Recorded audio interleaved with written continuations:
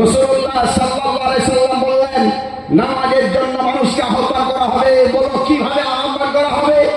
কেউ বলল আগুন জ্বালানো হবে, প্রত্যেক অস্তে অস্তে ধোঁয়া দেখে সকলে আসবে। হুজুর বললেন না, এ ঠিক নয়। কেউ বলল প্রত্যেক অস্তে অস্তে ঝান্ডা তোলা হবে, পতাকা তোলা হবে, ওই দেখে সকলে আসবে। হুজুর বললেন এটাও ঠিক নয়। কেউ বলল যখন অস্ত হবে তখন ঢোল বাজানো হবে। হুজুর বললেন না, এটাও ঠিক নয়।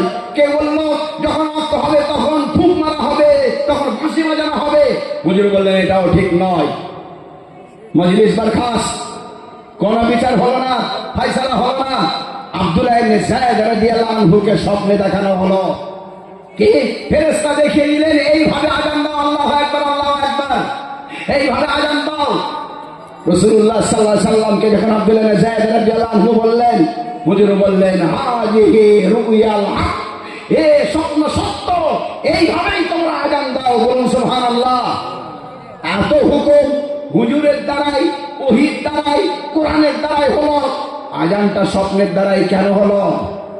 স্বপ্ন দলিল নয়, কিন্তু কোরআনের দলিল, সুন্নতের দলিল, ইজমার দলিল, কিয়াসের দলিল, এই হলো শরীয়তের চারটে দলিল। কিন্তু সহযোগী স্বপ্ন, সহযোগী। আমরা স্বপ্ন দেখেছি, সারা পৃথিবী আমাদের পায়ের তলায় আসবে। কোরআন আমাদের বলে দিয়েছে, ওদের স্বপ্ন দেখতে আমার কোনো অসুবিধা নেই। হে জওয়ান, হে যুবক, তোমরা স্বপ্ন দেখো। কোন যুবতীকে পেয়েছি, হে যুবতী তুমি স্বপ্ন দেখো, আমি কোন জওয়ানকে পেয়েছি। হে ফকির তুমি স্বপ্ন দেখো, আমি তেরাটা হয়ে গিয়েছি। ও ফকির তুমি যদি স্বপ্ন দেখো, ও যুবক তুমি যদি স্বপ্ন দেখো, ও যুবতী তোমরা যদি স্বপ্ন দেখো, ওটা তো সব দুনিয়ার জন্য, আল্লাহর জন্য। কি তুমি স্বপ্ন দেখতে পারো না? আমি গরিব মক্কা শরীফে তাওয়াফ করছি, কাবা শরীফে তাওয়াফ করছি, রাসূলুল্লাহ সাল্লাল্লাহু আলাইহি ওয়াসাল্লামের দরবারে গিয়ে দাঁড়িয়ে সালাম দিচ্ছি। এই স্বপ্ন কি তুমি দেখতে পারো না? দেখতে তো পারো। হ্যাঁ, নবী ছাড়া ও অন্যান্য জন্য স্বপ্ন দেখেছেন, সে স্বপ্ন বাস্তবায়ন হয়েছে। দু একটা বলি, তবে বলি যে আগে আসুন হযরত আবু বকর সিদ্দিক রাদিয়াল্লাহু আনহু, ইনি গিয়েছেন সিরিয়ায় বাণিজ্য ক্ষেত্রে। রাসূলুল্লাহ সাল্লাল্লাহু আলাইহি সাল্লামের বয়স তখন 30 বছর বয়সে তাকে নবী বলে, রাসূল বলে কেউ চেনে না। তাকে চেনে আল আমিন হিসাবে, সত্যবাদী মানুষ, আমানতদার। তার কাছে বিচারের জন্য আসবেন, সোনার টাকা তার বাড়িতে জমা রেখে দেওয়া হবে। এই থেকে বেশি তাকে কিছুই চেনে না। এইরকম অবস্থায় হযরতে আবু বকর সিদ্দিক রাদিয়াল্লাহু আনহু তিনি বলছেন, আমি গেলাম সিরিয়ায় গিয়ে ঘুমন্ত অবস্থায় একটা স্বপ্ন দেখলাম। ঘুমন্ত অবস্থায় স্বপ্ন দেখলাম, কাবা শরীফের ভিতরে একখানা আলো আমার বাড়িতে আলোটা প্রবেশ করলো, এরপরে অন্যান্য বাড়িতে প্রবেশ করলো। ঘুমখানা ভেঙে গেল।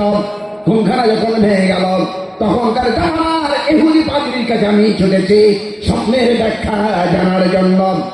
ক্রমে ওই ইহুদি যার বাড়িতে আমি গিয়েছি, তিনি কি করছিলেন, তার কিতাব তাওরাত খানা তিনি পড়ছিলেন।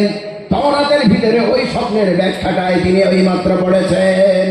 প্রশ্নে ইত্তেফাক, সুবর্ণ সুযোগ এটা। হযরতে আবু বকর গিয়ে বলছেন, আমি দেখলাম একখানা আলো আমার বাড়িতে, কাবা শরীফ অন্যান্য বাড়িতে, এর কি কোনো অর্থ হয়? ওই পাদ্রী মহাশয় বলছেন, অর্থ তো হয়, বলবো। আপনি আগে কসম খেয়ে বলুন 10 বছর আমি কাউকে বলবো না। আবু বকর বললেন, হ্যাঁ ঠিক আছে, কাউকে বলবো না। বলুন এই স্বপ্ন কি? পাদ্রী মহাশয় বললেন, আপনাদের গ্রামে মুহাম্মদ বলে কেউ আছেন? বলে হ্যাঁ। আবু বকর বললেন হ্যাঁ। পাদ্রী মহাশয় বললেন, তার আব্বার নাম কি? আব্দুল্লাহ। আবু বকর সিদ্দিক রাদিয়াল্লাহু আনহু বললেন হ্যাঁ। পাদ্রী মহাশয় বললেন, আম্মার নাম কি? আমেনা। আবু বকর সিদ্দিক রাদিয়াল্লাহু আনহু বললেন, হ্যাঁ সবই ঠিক বলছেন। পাদ্রী মহাশয় বললেন, আপনি আপনার নাম বলেননি, আমি বলে দিচ্ছি আপনার নাম হলো আবু বকর। আবু বকর সিদ্দিক বলছেন, সবই তো ঠিক বলছেন, কেমন করে বলছেন, কেন বলছেন, কেমন করে বলছেন? ওই যে শোন ভালো করে, আপনার আসার আগে আমি এক্ষুনি বলছিলাম তাওরাতে আমার কিতাবের ভিতরে লেখা আছে, যিনি হবেন শেষ নবী তার নাম হবে মুহাম্মদ, আব্বার নাম হবে আব্দুল্লাহ, মায়ের নাম হবে আমিনা, খলিফার নাম হবে আবু বকর। তিনি এসে একটা স্বপ্ন দেখবেন, একটা আলম। কাবা শরীফে তার বাড়িতে, অন্যান্য বাড়িতে একজন পাদ্রী মহাশয় তার ব্যাখ্যা করবেন। ও আবু বকর, ভালো করে শুনুন, আপনি হলেন সে আবু বকর, আর আমি হলাম সেই পাদ্রী। আপনি তার ইসলামটা কবুল করবেন, আমিও বেঁচে থাকলে আমিও তার ইসলামখানা কবুল করব। এই আলোটা অন্য কিছুই নয়, এই আলোটা হচ্ছে হযরতে মুহাম্মদ সাল্লাল্লাহু আলাইহি সাল্লামের ঈমানের আলো। বলুন সুবহানাল্লাহ, জোরে বলেন সুবহানাল্লাহ। এই আলো হলো হযরতে মুহাম্মদ সাল্লাল্লাহু আলাইহি সাল্লামের ঈমানের আলো। কাবা শরীফে মানে তিনি এসে গিয়েছেন মক্কায়। আপনার বাড়িতে মানে হলো আপনি তার ইসলামকে কবুল করবেন সর্বপ্রথম। অন্যান্য বাড়িতে ঢুকছে, এর মানে হলো গোটা আরব ভূখণ্ডে ইসলামের আলোয় আলোকিত হয়ে যাবে। যেখানকার স্বপ্ন সেখানে রেখে দিয়ে চলে যান। বিগত আগামী 10 বছর কাউকে আপনি বলবেন না, আগামী 10 বছর চুপচাপ থাকবেন, কাউকে বলবেন না আমি যদি বেঁচে থাকি আমিও তার ইসলামকে কবুল করব। আবু বকর সিদ্দিক রাদিয়াল্লাহু আনহু একদিন, দুদিন, 1 মাস, 2 মাস, 1 বছর, 2 বছর পরে, 10 বছর পরে লক্ষ্য করছেন রাসূলুল্লাহ সাল্লাল্লাহু আলাইহি ওয়াসাল্লাম বলছেন, আইয়ুহান নাস, হে সমস্ত মানব, কুলু লা ইলাহা ইল্লাল্লাহ তুফলিহুন, তোমরা লা ইলাহা ইল্লাল্লাহ পড়ে নাও, কামিয়াব হয়ে যাবে। আল্লাহ ব্যতীত কোনো উপাস্য নাই এটা বলে নাও, তোমরা সফল হয়ে যাবে। আনা মুহাম্মাদুর রাসূলুল্লাহ, আমি মুহাম্মদ সাল্লাল্লাহু আলাইহি ওয়াসাল্লাম আল্লাহর রাসূল। আবু জেহেল গালাগালি করলো, আবু লাহাব বলল, তাব্বাল্লাক, তুমি ধ্বংস হও। হযরত আবু বকর সিদ্দিক রাদিয়াল্লাহু আনহু তিনি এসেছেন, বলছেন, হুজুর আপনি যদি নবী হবেন, রাসূল হবেন, আপনি তবে একখানা পরিচয় আপনি দিন, একটা মুজিজা পেশ করুন, একটা অলৌকিক আশ্চর্য কিছু করে দেখান। রাসূলুল্লাহ সাল্লাল্লাহু আলাইহি ওয়াসাল্লাম বললেন, দেখাবো না, কারণ আল্লাহ তাআলা বিগত 10 বছর আগে এই মুজিজাকে আল্লাহ তাআলা স্বপ্নের মাধ্যমে জানিয়ে দিয়েছেন। কোথায়? সিরিয়ায়। তুমি গিয়েছিলে, দেখেছিলে একখানা আলো কাবা শরীফে, তোমার বাড়িতে, অন্যান্য বাড়িতে ঢুকছে। পাদ্রীর কাছে গিয়েছিলে, মনে নেই? বলছে, হ্যাঁ হুজুর, বাকিটাও বলে দিন। রাসূলুল্লাহ সাল্লাল্লাহু আলাইহি ওয়াসাল্লাম বললেন, আবু বকর, ওই পাদ্রী মহাশয় বলেছিলেন, এই আলোটা অন্য কিছুই নয়, এই আলোটা হচ্ছে মুহাম্মদ সাল্লাল্লাহু আলাইহি ওয়াসাল্লামের ঈমানের আলো। কাবা শরীফে মানে মক্কায় এসে গিয়েছি, তোমার বাড়িতে মানে তুমি ইসলামকে কবুল করবে, অন্যান্য বাড়িতে মানে গোটা আরব ভূখণ্ডে ইসলাম প্রতিষ্ঠিত হয়ে যাবে। সঙ্গে সঙ্গে আবু বকর সিদ্দিক রাদিয়াল্লাহু আনহু রাসূলকে জড়িয়ে ধরেছেন, জড়িয়ে ধরে আরবের কথা অনুযায়ী চুমা দিচ্ছেন কপালে, আর বলছেন, আশহাদু আল্লা ইলাহা ইল্লাল্লাহ, আমি সাক্ষ্য দান করি আল্লাহ ব্যতীত কোনো উপাস্য নাই, ওয়া আশহাদু আন্না মুহাম্মাদার রাসূলুল্লাহ, আমি সাক্ষ্য দান করি মুহাম্মদ সাল্লাল্লাহু আলাইহি সাল্লাম আল্লাহর পাঠানো রাসূল। তারা স্বপ্ন দেখেছেন, বাস্তবায়ন হয়েছে। আমরাও স্বপ্ন দেখেছি, আগামীতে বাস্তবায়ন হবে বলে ইনশাআল্লাহ। কোন জাতি ঘুমিয়ে আছে, জাগাচ্ছে ওরা জমি করার আন্দোলনে, আমরা জমি ছাড়বো না, জীবন দিতে রাজি আছি। এই বাক্য যখন আমরা বলবো, আগামীতে সারা দুনিয়াকে গ্রাস করে নেবো বলে ইনশাআল্লাহ। হযরত ওমর রাদিয়াল্লাহু আনহু তিনিও স্বপ্ন দেখেছেন, বুখারী শরীফে আছে। ওমর রাদিয়াল্লাহু আনহুর ইসলাম গ্রহণের খবর আপনারা অনেক পড়েছেন, অনেক শুনেছেন। সেই রাতে মুস্তাফা বিশ্বনবী হযরত মুহাম্মদ সাল্লাল্লাহু আলাইহি ওয়াসাল্লামের জীবনীতে ওমর রাদিয়াল্লাহু আনহুর ইসলাম গ্রহণের অনেক লম্বা চওড়া ঘটনা লেখা আছে। আমিও লম্বা চওড়া ঘটনা বলবো না, আমি একটা ছোট্ট হাদিস বলবো যা সহিহ বুখারী শরীফে আছে। হযরত ওমর রাদিয়াল্লাহু আনহু ইনি হলেন মুলহাম ব্যক্তি। মুলহাম মানে হলো যাকে অন্তরে জাগিয়ে দেওয়া হয় হক কথা স্বপ্নের মাধ্যমে কিংবা জাগ্রত অবস্থায়, এর নাম হলো ইলহাম। আর যাকে করা হয় তার নাম হলো মুলহাম। রাসূলুল্লাহ সাল্লাল্লাহু আলাইহি ওয়াসাল্লাম পরামর্শ করেছেন কি করা হবে, বিভিন্ন সাহাবী বিভিন্ন মত দান করেছেন, কিন্তু ওমর রাদিয়াল্লাহু আনহুর বিরুদ্ধে হুজুর সাল্লাল্লাহু আলাইহি সাল্লাম সে ফয়সালা করেছেন, ওমর রাদিয়াল্লাহু আনহুর পক্ষে আল্লাহ তাআলা আয়াত অবতীর্ণ করেছেন।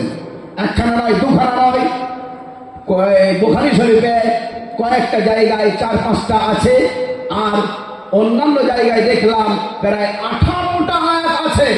ওটা বললাম 18টা ঘটনা আছে, 18টা আয়াত আছে। ওমর রাদিয়াল্লাহু আনহু বলেছেন এটা করুন, আল্লাহ তাআলা সেই রকম আয়াত অবতীর্ণ করেছেন। অবশেষে পরিশেষে সর্বশেষে রাসূলুল্লাহ সাল্লাল্লাহু আলাইহি সাল্লাম বলেই দিলেন, লাউ কানা বাদি নাবিয়্যুন লাকানা ওমর, আমার পরে যদি কোন নবী হতেন হযরত ওমর রাদিয়াল্লাহু আনহু নবী হতেন। কারণ উনি হলেন মুলহাম ব্যক্তি, ইলহাম করা হয় আল্লাহর পক্ষ থেকে, হক কথাকে জমানে জারি করে দেওয়া হয়।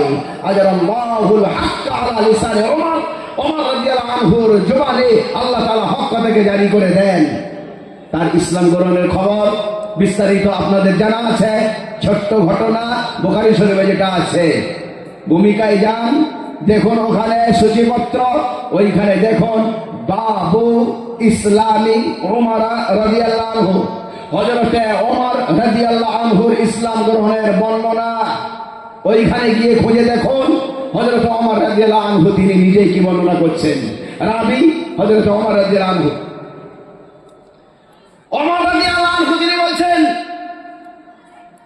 ইসলামের আগে আমি ছিলাম পৌত্তলিক, পুতুল পূজা করতাম, দেব দেবীর পূজা করতাম। মায়ের মন্দিরে আমি শুয়ে আছি, মায়ের মন্দিরের সামনে চাতালে বাইরে আমি শুয়ে আছি। হঠাৎ করে আমি স্বপ্ন দেখলাম একজন একটা গরুর বাচ্চা বাছুর আনলো, বাছুরটাকে রেখে দিয়ে আবার জবাই করলো। জবাই করার সময় সমস্ত মানুষগুলো গোর হয়ে দাঁড়িয়ে গিয়েছে দেখার জন্য।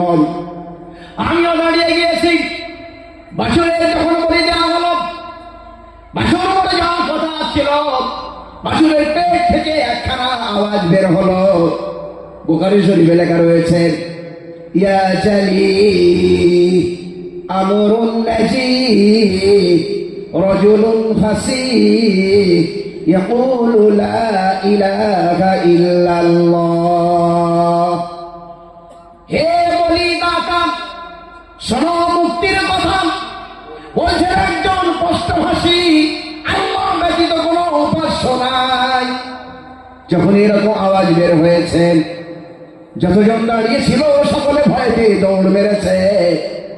আমি কিন্তু দৌড়ে পালাই নাই, আমি সাহস মানুষ, আমি একাই ওই জায়গায় দাঁড়িয়ে রইলাম। তদন্ত করবো আমি। আওয়াজ কোথা থেকে বের হয়, আওয়াজটা যখন মানুষ বারবার শোনে তখন ঘুমখানা তার ভেঙে যায়। অ্যালার্মে যেটা আমরা বুঝতে পারি, অ্যালার্ম হয়ে হয়ে আবার বন্ধ হয়ে যাবার 10 মিনিট পরে আবার অ্যালার্ম হয়। বারবার যখন আওয়াজ হয় ঘুমখানা ভেঙে যায়। আমি আবার শুনতে পেলাম বাছুরের পেট থেকে আওয়াজ বের হচ্ছে, ইয়া জালি, হে বলি দাতা আমরুন নাজি, শোনো মুক্তির কথা। রাজুলুন ফাসিহ ইয়াকুল, একজন স্পষ্টভাষী বলছেন, লা ইলাহা ইল্লাল্লাহ, আল্লাহ ব্যতীত কোনো উপাস্য নাই। ঘুমখানা আমার ভেঙে গেল। এরপরে চিন্তা ভাবনা করলাম, মনে হয় আমার ভূখণ্ড থেকে, এই এলাকা থেকে পৌত্তলিকতা দূর হয়ে যাবে। এক আল্লাহ তাআলার ইবাদতের ঘোষণা কেউ করবেন। স্পষ্টভাষী তো একজনই ছিলেন, তিনি হলেন মুহাম্মদ সাল্লাল্লাহু আলাইহি সাল্লাম। তিনি তো ছিলেন, আমি কিছুদিন পরে দেখলাম মুহাম্মদ সাল্লাল্লাহু আলাইহি সাল্লাম আওয়াজ দিচ্ছেন, হে জগতের মানুষ, এক আল্লাহ তাআলাকে তোমরা মেনে নাও। স্বপ্নটা আর বাস্তবায়ন হয়েছে। হযরত আবু বকর সিদ্দিক রাদিয়াল্লাহু আনহু, তার স্বপ্ন বাস্তবায়ন হয়েছে। হযরত ওমর রাদিয়াল্লাহু আনহুর স্বপ্ন বাস্তবায়ন হয়েছে। আমাদেরও স্বপ্ন সারা দুনিয়াতে একবারের জন্য ইসলাম প্রতিষ্ঠিত হবে। কোরআন যেটা বলেছে ওটা আগামীতে হতেই চলেছে। সারা দুনিয়ার মানুষ কলমা পড়ে মুসলমান হয়ে ইসলামের বাতাবরণ, শান্তির বাতাবরণ, শান্তির একটা পৃথিবী গঠন করবে। আল্লাহ কবুল করুন, আল্লাহুম্মা আমিন। সকলে বলেন আল্লাহুম্মা আমিন।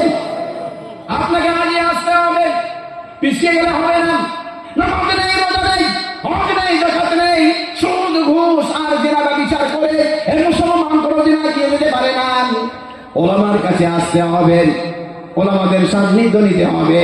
বক্তব্যে আসুন, মাকতাবে আসুন, মসজিদে আসুন, ওলামার কাছে আসুন, জ্ঞান কিছু গ্রহণ করুন, নিজেকে পবিত্র করুন। পবিত্র যখন আমরা হয়ে যাব, অধিকাংশ যখন আমরা হয়ে যাব, আল্লাহর পক্ষ থেকে মদদ আসবে। আল্লাহ তাআলা ফেরেশতা দিয়ে সাহায্য করেছেন মাত্র 313, তার মোকাবেলায় হাজারো তীর তলোয়ার নিয়ে পারেনি তারা। আল্লাহ তাআলা তখন ফেরেশতা নামিয়ে দিয়েছিলেন। আজও আল্লাহ তাআলা ফেরেশতা নামাতে পারেন না? পারেন না?